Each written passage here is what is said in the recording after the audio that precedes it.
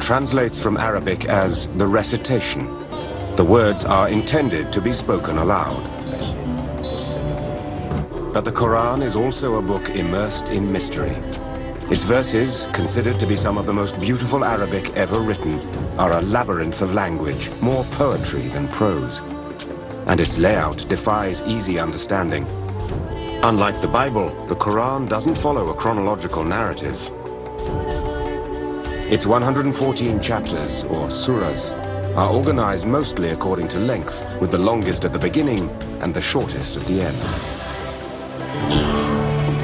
Some converts to the Quran were entranced by the sheer beauty of the language of the work itself, which they saw as so perfect it had to be the work of God. When Muslims are asked, well, all right, what proof have you got that this is a divine revelation? Muslims will answer, and they have answered this over 1,000 years, the proof is the Quran itself. That is the miracle, that an illiterate man in the middle of nowhere suddenly produces this magnificent, powerful document. As I was being raised as a Muslim, I was kind of a skeptic myself, and I heard over and over again that the Quran is an incredible language, unsurpassed language. It's the marvel of literature. I just became curious. I started reading the Quran for myself, and I found actually that it was confusing literature. It was moving from subject to subject, tenses were changing, context was changing, surahs were changing in their historical context. There was a lot of shift, and I didn't understand, because coming from a Western point of view, you have a certain view of how you critique literature, right? Now, when I got into Arabic studies, and I started diving into this question of what makes the Quran miraculous, I started discovering things that literally they overpowered me, and I'm still a student of them. I actually teach a seminar that's traveling the country called Divine Speech, and the entire intent of the seminar is to expose the literary marvel of the Quran to an English-speaking audience without resorting to Arabic. That's the seminar. Just as an example, one phrase in the Quran that's part of a large discussion is the phrase وَرَبَّكَ فَكَبِّرْ. In Arabic it says وَرَبَّكَ فَكَبِّرْ, which means, and declare the greatness only of your Lord. Now recall I said something about a fusion of style and content. The content is beautiful.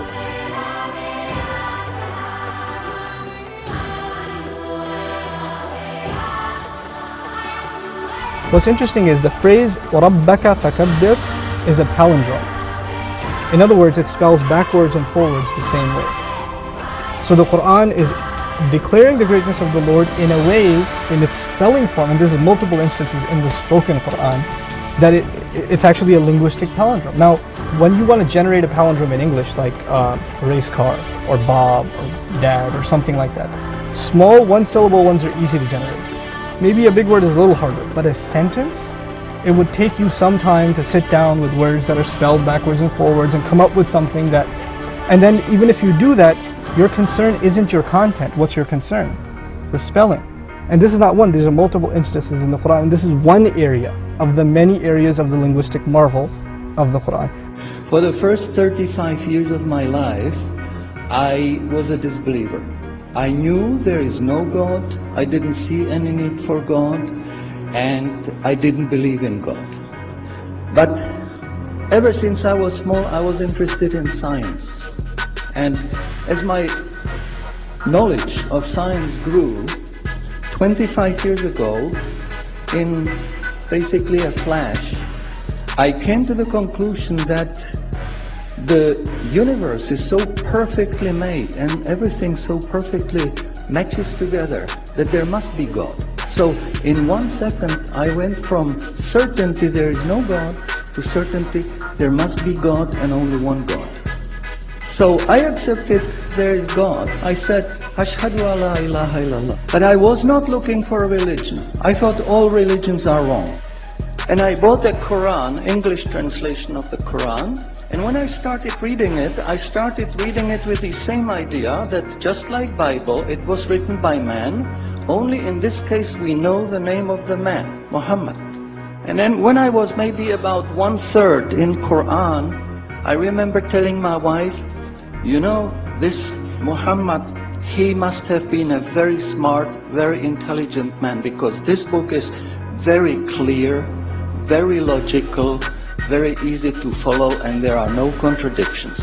But then as I read later, I suddenly saw a scientific fact which I knew was only discovered in the 20th century. So immediately I saw that Muhammad is not the author of the Quran. Muhammad is a messenger sent by God to give the Quran to mankind. The greatest blessing was that God showed me His guidance. And when I pray, I make dua, God, please let me die as a believer. Let me never disbelieve again.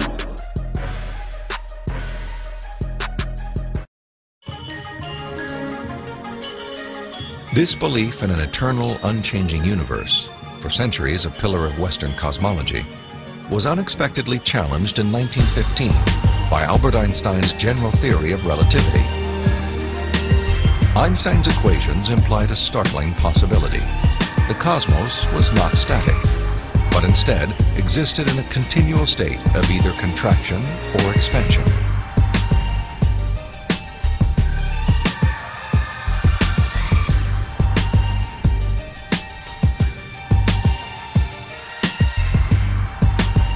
Einstein did not like the idea that the universe was dynamic at all. In fact, like almost all scientists at the time, in the early 20th century, he assumed the universe was static and eternal.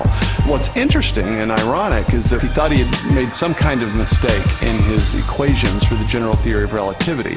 But a few years after he developed the theory, a Belgian astronomer named Lemaitre developed a model based upon his equations, which again predicted that the universe is in a continual state of expansion. In 1929, theoretical predictions were confirmed with empirical data. At the Mount Wilson Observatory overlooking Los Angeles, astronomer Edwin Hubble studied light from distant galaxies. Hubble determined that galaxies beyond our Milky Way were moving away from us at a speed proportional to their distance from the Earth. The more distant the galaxy, the faster it is receding. Hubble's landmark discovery led most astronomers and physicists, including Albert Einstein, to a similar conclusion. If the universe is continually expanding, then at earlier points in its history, it must have been smaller and denser. As the projector runs forward, we watch the universe as it continually expands.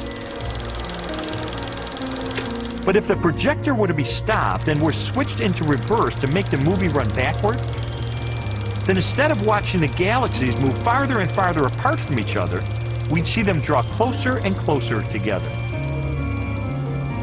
As you trace this expansion back in time, the universe grows denser and denser and denser until finally the entire known universe is contracted down to a state of infinite density, which marked the beginning of the universe and indicates its expansion from a sudden, perhaps violent moment in time.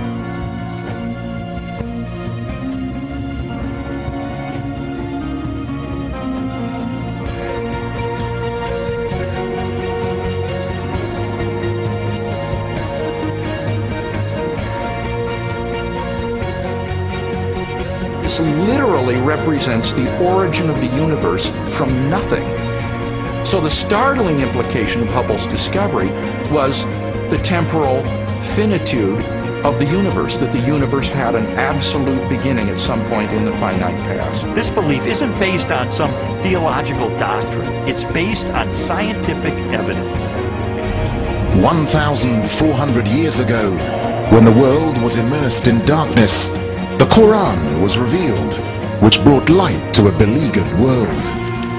And whereas the earlier books came with many scientific mistakes due to the hand of man having delved into them, the QuRan had none of these contradictions.